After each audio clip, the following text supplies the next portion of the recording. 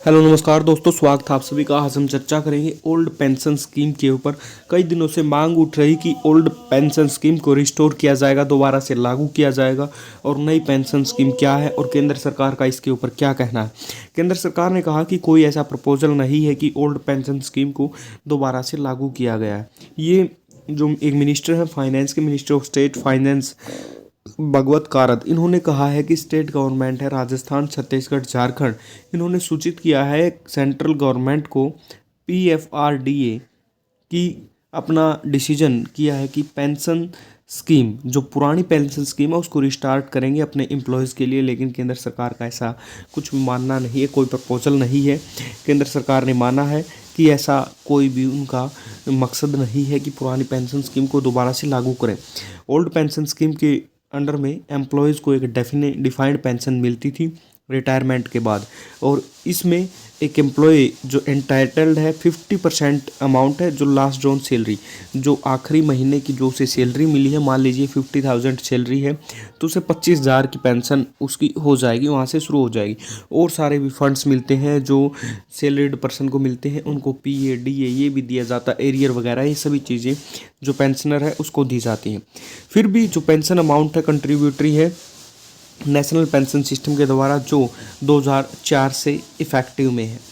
एक return reply है, कारद ने कहा कि स्टेट गवर्नमेंट राजस्थान, छत्तीसगढ़ और झारखंड की, उन्होंने इन्फॉर्म्ड किया है सेंट्रल गवर्नमेंट को, pension fund regulatory and development authority को, अपने डिसीजन के बारे में कि वह पुरानी पेंशन स्कीम शुरू करना चाहते हैं।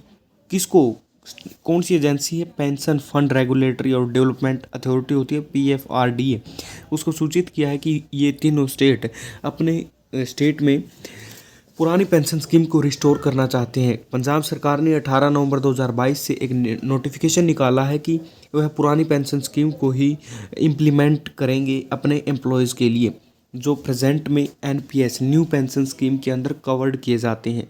लेकिन इससे जो केंद्र सरकार है उसके ऊपर बहुत ज़्यादा प्रेशर पड़ने वाला है। इसका बजट में वृद्धि करनी पड़ेगी, तो जो ये फंड है ये फंड देने पड़ेंगे।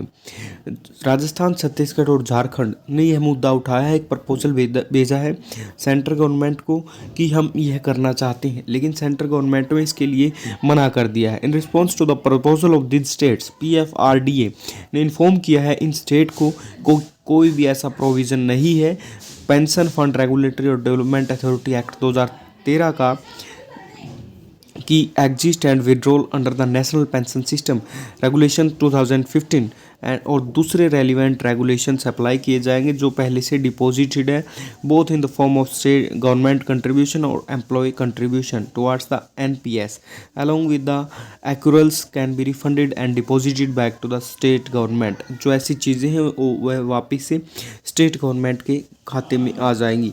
रिप्लाइंग टू द दूसरे क्वेश्चन को रिप्लाई करते हुए, emergency credit line guarantee scheme है, वह 2020 में लॉन्च की गई थी आत्मनिर्भर भारत के अंडर।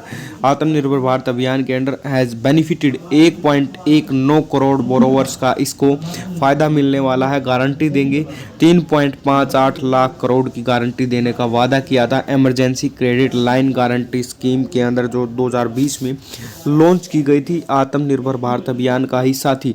जो परसेंटेज है नॉन परफॉर्मिंग एसेट्स की, लोन अकाउंट्स की, emergency credit line guarantee scheme के अंदर वह 13,964 करोड़ रुपये है, या 3.89% NPA है कि ये लोग इतने परसेंट हैं रुपये वापस नहीं लौटाए इन लोगों ने पैसे लेकर।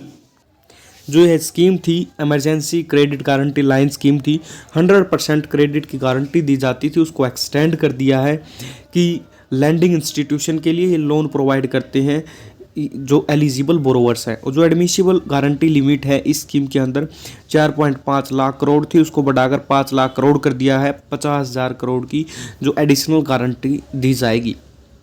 ज़्यादातर MSME micro small medium enterprise हैं, वह बोरोवर्स लोन 50,000 करोड़ का लोन जो है एक्सटेंड कर दिया है। इस कैटेगरी के लिए के बोरोवर के लिए ECLGS स्कीम एक ऑप्ट आउट स्कीम है। एलिजिबल स्पोर्ट को लैंड प्रोवाइड की जाती है।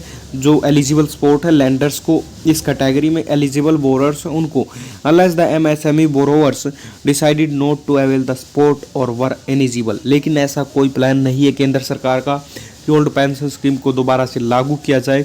इससे बजट का बहुत ज़्यादा लोड पड़ जाएगा। इसको कट आउट करने के लिए ही सरकार ने इस ओल्ड पेंशन स्कीम को बंद कर न्यू पेंशन स्कीम लॉन्च किया था। लेकिन जो ये 3 स्टेट है ये मांग उठा रहे हैं कि ओल्ड पेंशन स्कीम को वह रिस्टोर करेंगे। पंजाब में पहले से ही 2022 से इसको लागू करने के लिए इसको इम्प्लीमेंट किया जा चुका है, लेकिन केंद्र सरकार का ऐसा कोई भी प्रोविज़न नहीं है, उन्हें क्लियर कर दिया है। तो वीडियो कैसी लगी इस कमेंट बॉक्स में लिखिएगा, ज़्यादा से ज़्यादा शेयर कीजिएगा। थैंक यू दोस्तों।